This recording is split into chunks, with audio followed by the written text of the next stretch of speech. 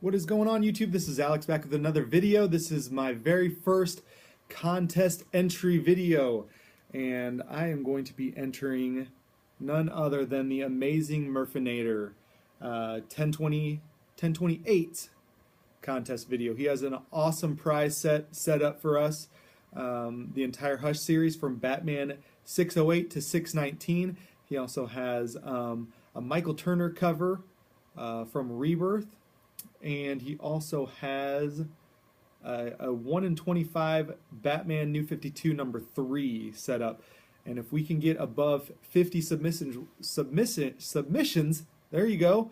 I think we're at 46 submissions. If we can get up to 50, he might add some more goodies in there. So we're hoping that we can do that. So if you're not subscribed to his channel, go there right now and subscribe and enter this video. What you're supposed to do is show off signed autographed books, whether you got them signed yourself or whether you bought them that way. And he said if you don't have autographed books, get a cheapo comic book, sign it yourself. Get the newspaper, sign the comic strip in the newspaper, whatever you want to do. It's just to get involved in the community and enter this contest. So I strongly recommend that you do that. And let's get some more goodies in this contest. The first book that I have, I couldn't find. It's somewhere in my office. It's like a needle in a haystack, you guys. It's Fathom #1, signed by Michael Turner, the late, great Michael Turner. And I couldn't find it. And I really wanted to get this video out and just stop stalling and actually do a contest video and get this out. So take my word for it. I have that book. It's signed, and it's in my office somewhere. Well, while we're at it, you can also take my word that I have an Amazing Fantasy number 15 signed. No, I don't, so let's get on to the actual contest. So, but do take my word, I do have that Michael Turner Fathom #1, and I can show that off in a video in the future at some point. So, these books I've shown before. I got these at half price books, and this is they were all $5 each.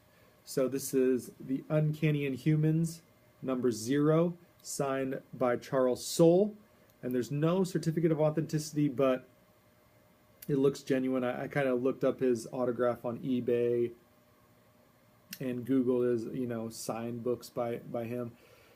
Either way, $5. I'm not out much if it's not.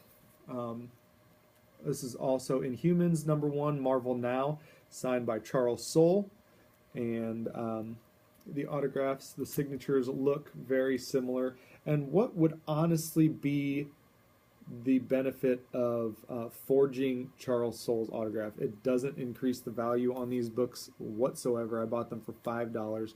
It's not like Stan Lee where that increases the book quite a bit because it's so expensive to get.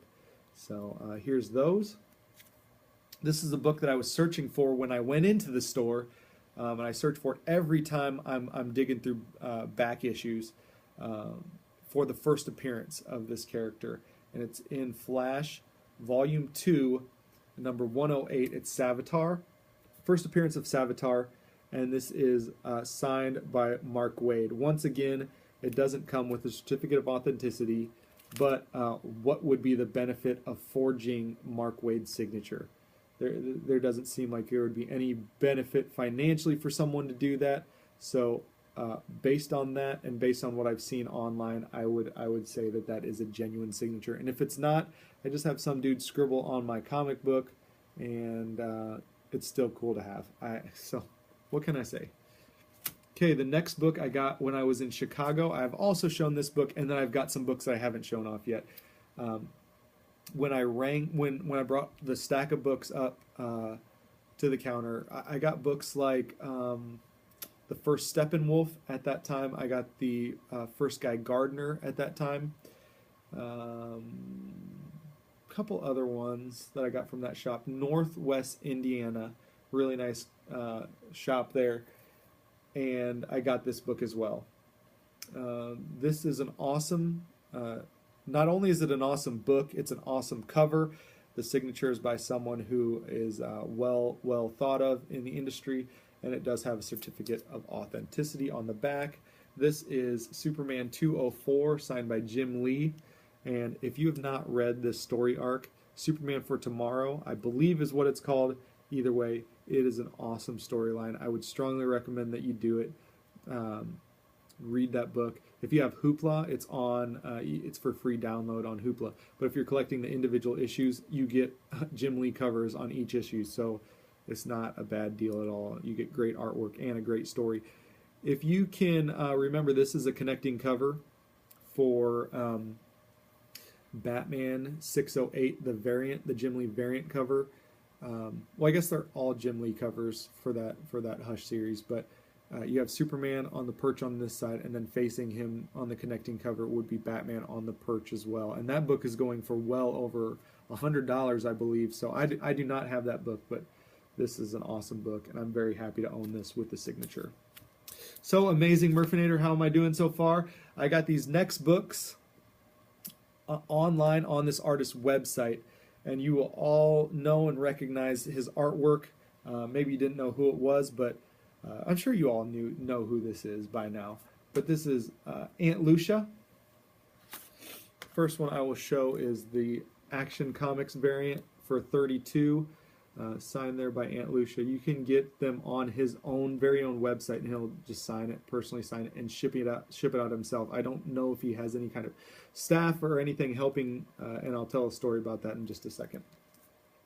The next one I got from him, and they're relatively cheap too, not bad prices, was Batgirl number 32, signed by Aunt Lucia. It's got that really cool,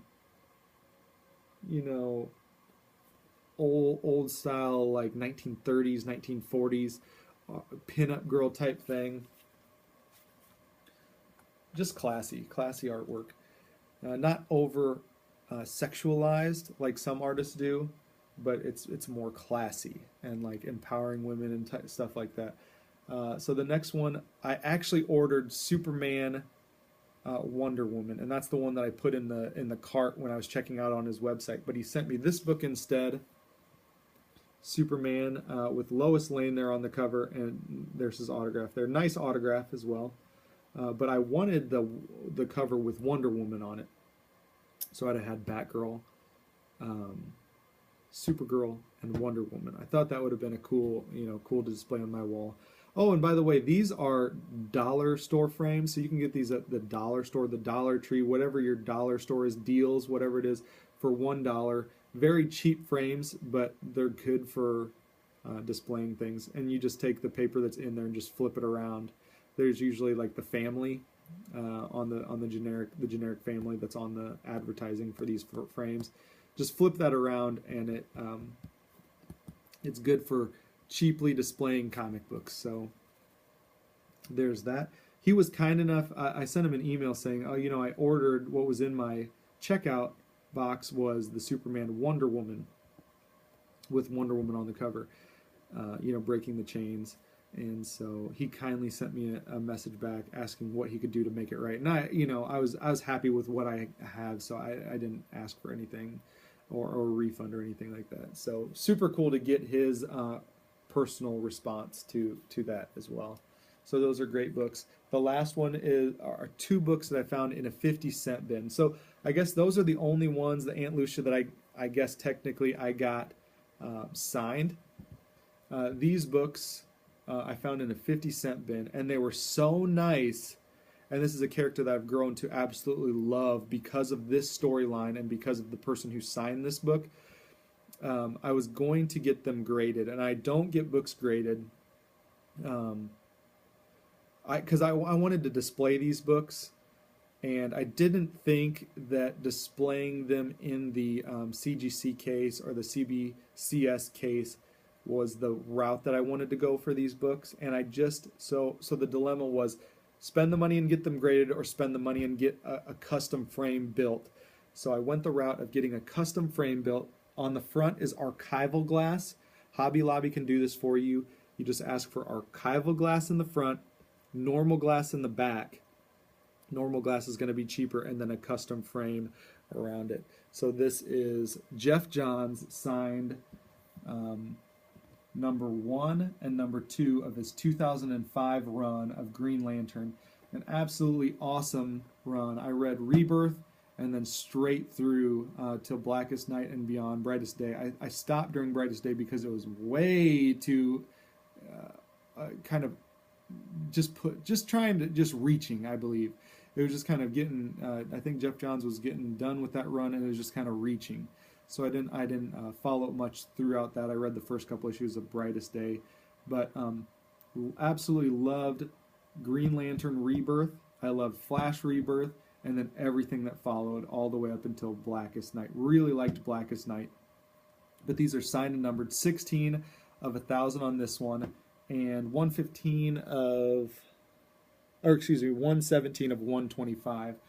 And the reason why I wanted to get glass on the back was, first of all, I like that look, and I kept them in the bags and boards because they were sealed and have the certificate of authenticity on the back. So let me know what you guys think. Amazing Murfinator, let me know what you think. Instead of getting my books graded, I went the route of framing in this awesome frame. And this is like something you'd put like a diploma in or something. So this is very, very good stuff here. Let me know what you guys think. If you're not subscribed once again to Amazing Murfinator, go there and do that. This is my first contest entry, so wish me luck, you guys.